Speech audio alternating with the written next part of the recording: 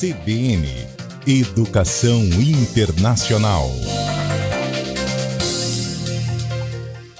Doutora Lara Crivellaro está ao vivo com a gente mais uma vez para a gente falar sobre diversos assuntos aqui relacionados à educação internacional. Lara, boa tarde, seja bem-vinda mais uma vez ao Estúdio CBN. Aliás, todas as terças-feiras você está aqui com a gente. Boa tarde, Marco. Boa tarde, ouvintes da CBN. É um prazer, uma imensa alegria estar aqui com vocês, conversando sobre educação internacional. E temos boas perguntas hoje relacionadas aí a, por exemplo, quem vai só passar uma temporada, né? Um verão, um summer, quem vai fazer o college, né? Que é antes da gente aqui, seria o ensino fundamental. Me corrija se eu estiver errado.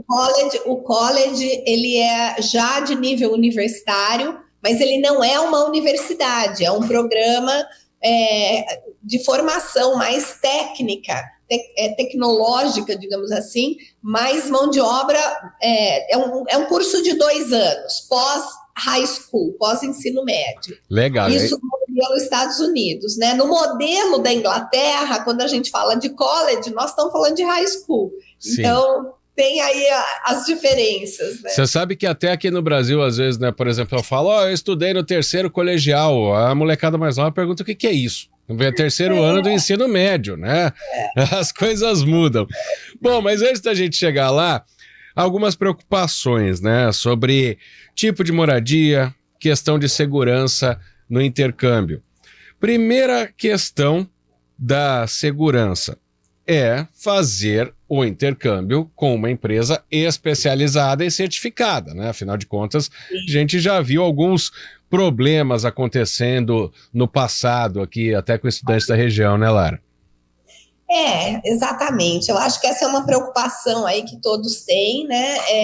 Principalmente as famílias, né? Onde é que meu filho vai morar? Onde é que meu filho vai ficar? Quem é que vai receber meu filho? Então, quando nós estamos falando de um programa de summer camp, aquele programa de verão no hemisfério norte, deles, né, lá, os adolescentes saem daqui normalmente nas férias de julho para passar um tempo de semanas, né? Às vezes 2, 3, 4 semanas em julho.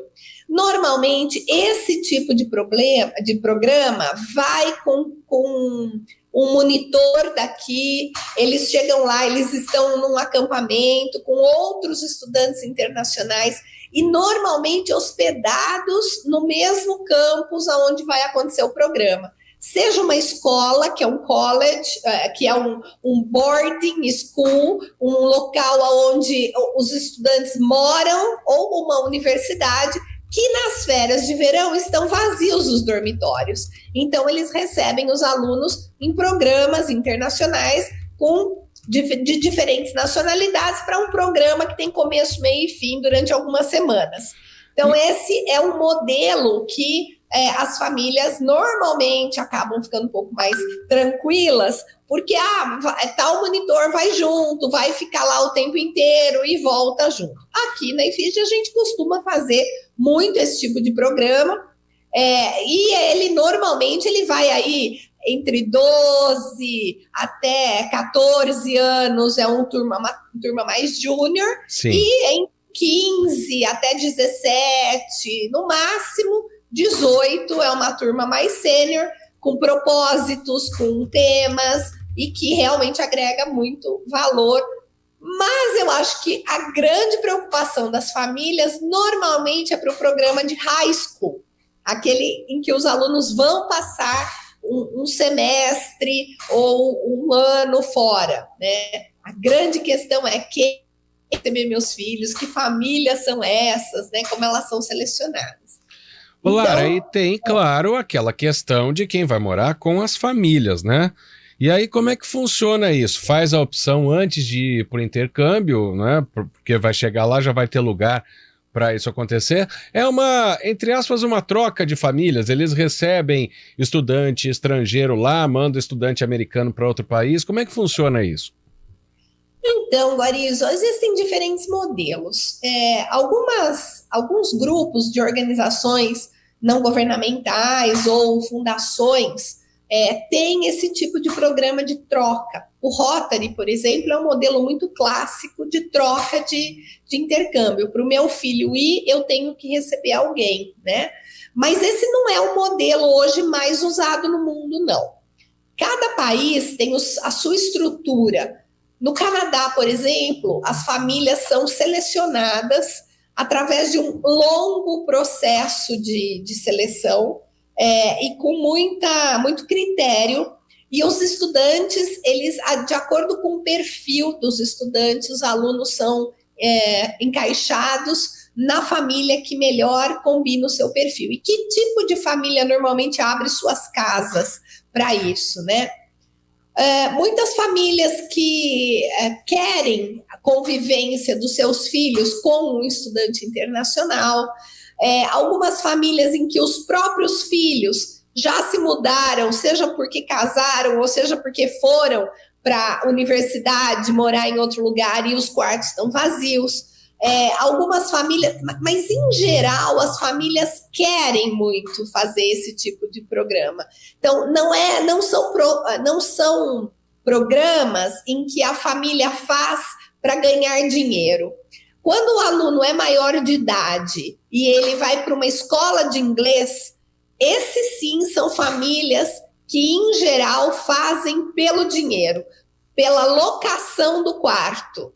Mas quando a gente está falando de menores de idade, estudantes, adolescentes, há um critério muito grande, muito bem estruturado de seleção de famílias. E sim, elas recebem um valor enquanto os alunos estão lá. Mas é um valor que complementa os custos que esse aluno vai dar.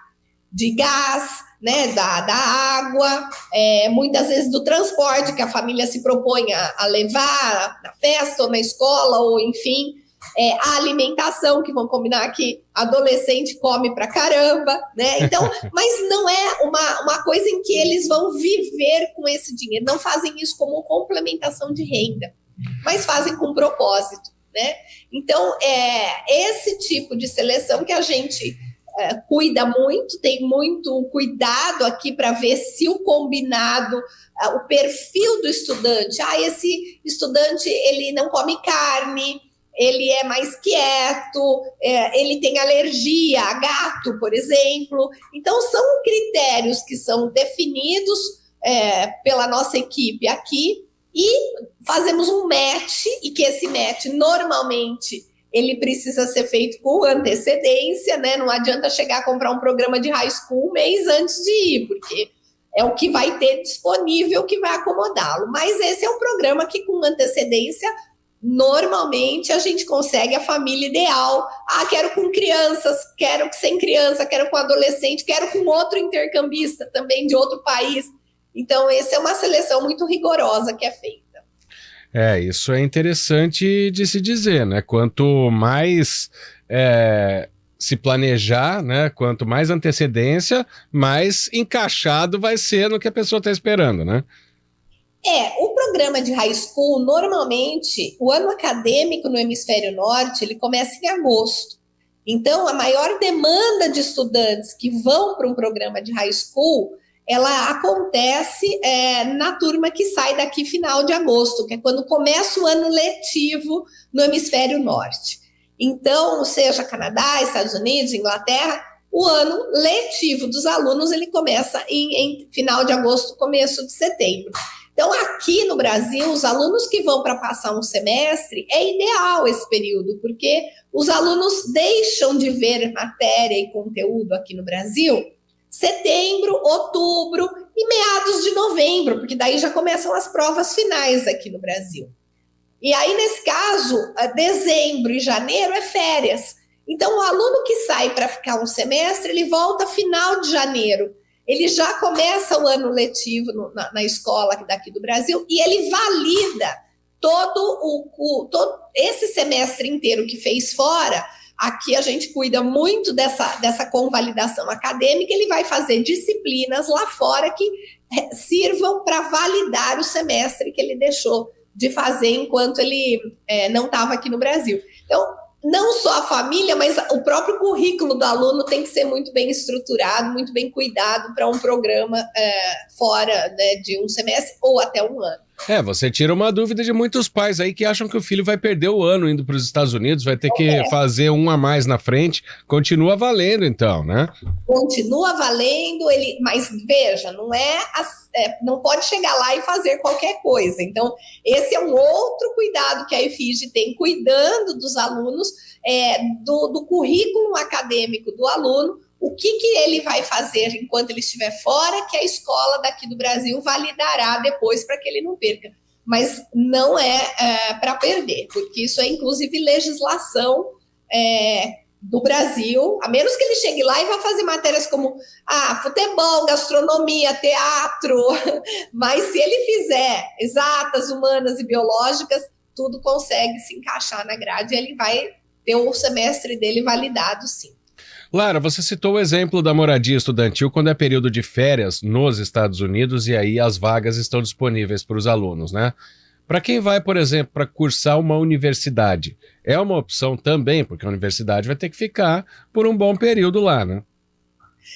Então, Guarizo, a universidade, ela tem critérios diferentes, né? Então, quando você vai para uma universidade, em geral, o seu primeiro ano, você deve ficar na acomodação estudantil. Para algumas universidades, isso inclusive é uma regra, que o primeiro ano more dentro da universidade nos dormitórios, porque é o momento em que o aluno vai se ambientar, vai entender todas as atividades extracurriculares, as regras acadêmicas.